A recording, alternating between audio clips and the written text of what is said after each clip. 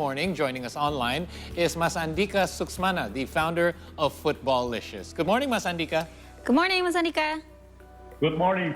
Hi, good morning. Hi there. Hi. Thank you for joining us today. I'm ready to take notes. Yeah. So we've got lots of questions here, starting with what is exactly a sports marketing agency? Yeah. Yeah, I think we often heard the more common of agency with the option of the had like conventional advertising agency, brand management, PR agencies, and the other we can mention a few. Agency actually is a brand of the marketing industry that involves the promotion and the arrangement of, maybe I can say, the sponsorship deals with the sporting events, venues, teams, and individual athletes. But with more details to our consulting services and support businesses that are willing to use sports as a marketing and communication tool with the scope of improving the KPI, their sales and their positioning. So that's what we do day by day. I know that most of the companies or brands in Indonesia is still very rare to use sports as a unified strategy for sales marketing. But slowly the direction is right. I think what I can say for the next years, it will be very, very exciting to see the world of sports marketing stretch because everyone is learning to take advantage of this potential. But only the regulatory bodies such as Sports Federation and even the government through Ministry of Sport must step in to support of these elements for sure. Okay, so let me ask you, Mas Andhika, before we go further, when did you establish Footballlicious? I think the first my initiation to creating this company, I think like it's just like a proper communication company agency. But I think I knew it like we have such as the advantage to focus on sports. We focused like 2005. Okay. I think I can say like so it's like more than 15 years. Okay, because Kai was saying, we, along with myself included, don't know much about sports marketing it's still fairly new, I would say, in Indonesia for, like you said, for people to even use or to think about sports or athletes as a marketing tool. So for you and your progression as Footballlicious, how challenging was it for you to kind of, like, how do you convince people that this is actually a good way for you to market your products or your services through athletes or through sports? Yeah, a lot of challenges, I think, like, because, again, the situation of the sports in Indonesia, because our brand will be more focused in football, I think, because it's more, it's more than, maybe I can say, like 18% in this country. Sports industry is, I think, it's a bit very hard also to explain to the most people who, trying to contribute or, it's like to support all the kind of the activation. So yeah, it's still very challenging, but of course, I think like we still have a lot of potential here. True. I mean, there's a lot of potential because times are also changing and you can see now brands are more aware of what sports can do to the masses or what power sports has over the masses. But what kind of sport can you support in this business? And how do you see sports fans in Indonesia? Because I know, you see, football is definitely the easiest one to market. But There's Paul and lots I of were, fans. there are lots of fans. But for other sports who are willing to, who need actually the support even more, because for football it's actually already very saturated and easy. You can just say, yes, this team needs this, they're doing this. But for like an upcoming sport, I'm ready to take notes now. What could be the challenges and what kind of sport do you think is already very acceptable in the Indonesian population right now? Yeah, I think it's like that's a good question. Of course, all sports that we can support, from the well-known of football, badminton, athletics, the basketball, and even new popular sports like paddle right now. I think because all sports have assets from athletes, coaches, venues, details of each game, such as a game in experience also. But and there are need to think about processing strategies for sure to so that it can become products that sell well. So I think what we can say also, Indonesian sporters have grown rapidly right now. They understand that one of the core of the sports business is themselves. So, but opportunity, for example, in football, football clubs in Indonesia still think that fans have to buy tickets. It's the main asset of income. But have they provided a comfortable fan experience from coming to the stadium, or a sense of security while watching the game, or can get the unforgettable moments? I think this should be improved. Right. So let's talk a little bit about how you're able to also expand internationally. By that I mean you were able to bring Liverpool to Indonesia in 2013.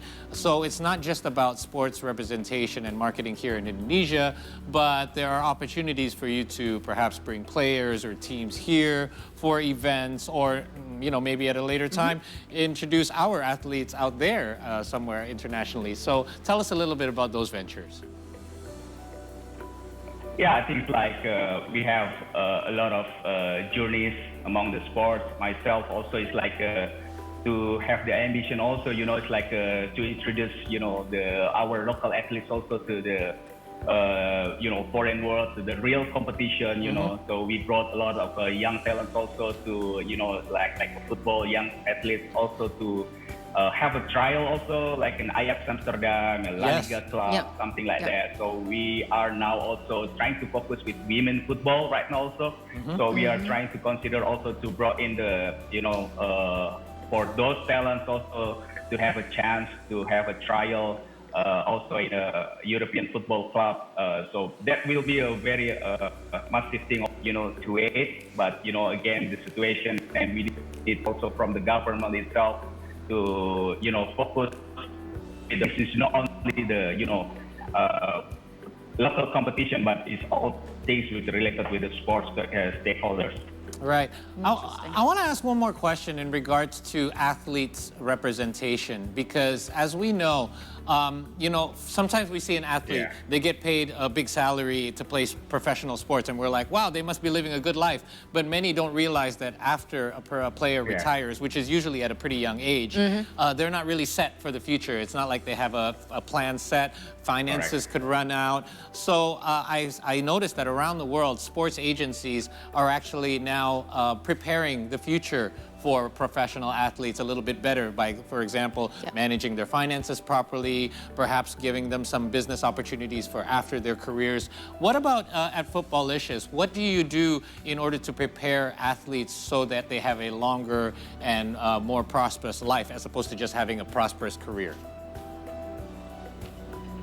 I think we need to put the legacy first, it's like to achieve that. I think like a lot of knowledge also to provide into the athletes at the very first beginning a career for them. I think it's not easy also for athletes right now. They need to focus not in also in training during the games, but also the life after the match. It's like all the social media effect also put it a lot of pressure for them. Actually, like sometimes also they turn off the comments also in their Instagram. But we know exactly how, we trying to be like a brothers. We know exactly like we should be like, good friends with them also. That's why I think it's like, this is that we can learn also from the US sports, how they are very understand to make sporting events part of seeking achievement through such as an elite competition or producing great athletes. So all the complete package, because the organizational body is also very professional with the aim of trying to become an industry. This is also the most popular. I think the U.S.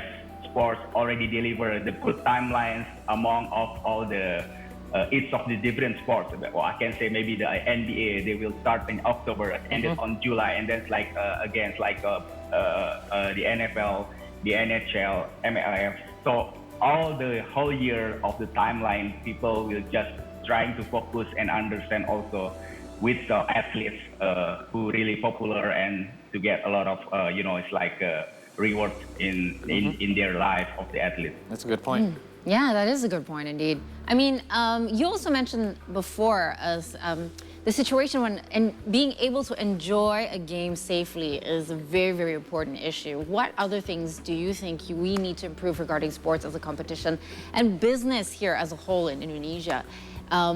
Is it, do you think, understanding or organizationally, systematically? What do you think do we have to tackle next?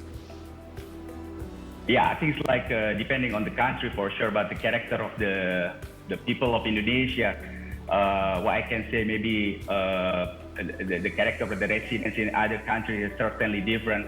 But I would like to say the passion and nationalism of our supporters is hard to match in the Asian region. I can say like that. This has a great potential, so it's a good basic already. So I think it's like again we need to it's like it must be from the government first, because now it is very good that there are several sport facilities being built, or especially at this time in a very difficult situation, what happened in Indonesian football. This is also a wake-up call. I would like to say it's a wake-up call. Everything must change. The stadiums will be re-examined again and attempted to be renovated also. All stakeholders must also unite in one vision to change everything to get positive things. I think there is a lot of homework to be done, but we are already on the right track. What about for Footballicious, you yourself and your agency? What do you, where do you foresee this particular sports marketing industry going forward in the next 5 years? Yeah, I think like it will be very, very exciting. So I think we all have to step in because many things will emerge from from us, like sport lovers, maybe from the grassroots level. We put a lot of competition. We're creating like all the weekends sport activities, and then like hopefully from the grassroots level, the great athletes will emerge. Content creators who can make in-game experience more lively are also found. Also, one of the most important, we need help also, it's like all things we sometimes trying to introduce, we creating like a tailor-made events also to trying to introduce to, the private sector, because again, brands have to look a lot to extraordinary potential sport in Indonesia. True. Well, we're glad to hear it because it is certainly a great time for sports in Indonesia, whether you're a professional, amateur, or even just recreationally. So it certainly should be fruitful for you and Footballicious. Thank you for taking the time out to chat with us this morning, Mas Andhika. Thank you. Thank you so much, Paul. Okay, Thank you. Have a great day.